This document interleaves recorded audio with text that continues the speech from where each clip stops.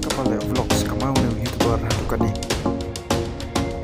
Tagas ni perlu menyebut ya akan ke video ya ke link jong way like YouTuber lane vlogger na po India.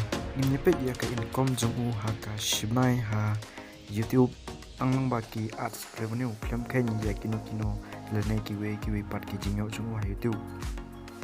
Dengan try bun apa yang jongi ngeset sengotanat ban page ki vlog channel.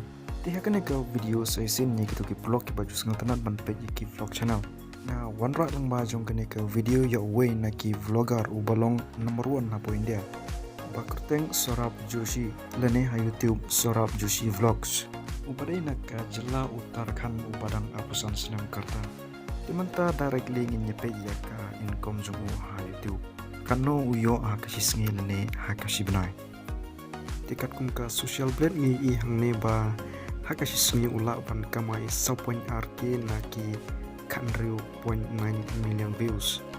Ngila roban ni hang ne ya gitu ki earning jumu hakasis ngi kabasan 0.rk 3.3k 2.6k 5k 3.6k bat ter hang tu kumba view yang ingin sim dan ingin kembe ya ka earning jong ka shisngi da kade ka 2.6k par ya kane ka 2.6k la dapat kelas ka pisa India kane kala long kumba arlang arpun najar kat kendai tengka timantang ni pe ya ka monthly earning jong te sai sinang ne kat kum ka social blade u Sorab Joshi ula ban kamai hadu sispa kat sauke ha ka shibnai naki sau spa sanpunya million views mat dia kene ka sispa kat sau ke nada convert caka bisa India ka lalong kumba shikror sau lak arspa kendai tengka tiplok ne wala ka social bid ka track dan ni ke peni ya ka income lani earning jong ni YouTuber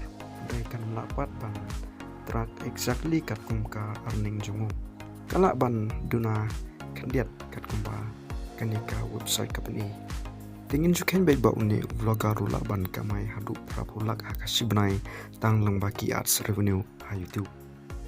Tetang kenai pro ko pesibun ngan sai kendu pada haki video. Tadi pi sengau tenat ya ki video hakane ka channel sengau bakarsan nak subscribe.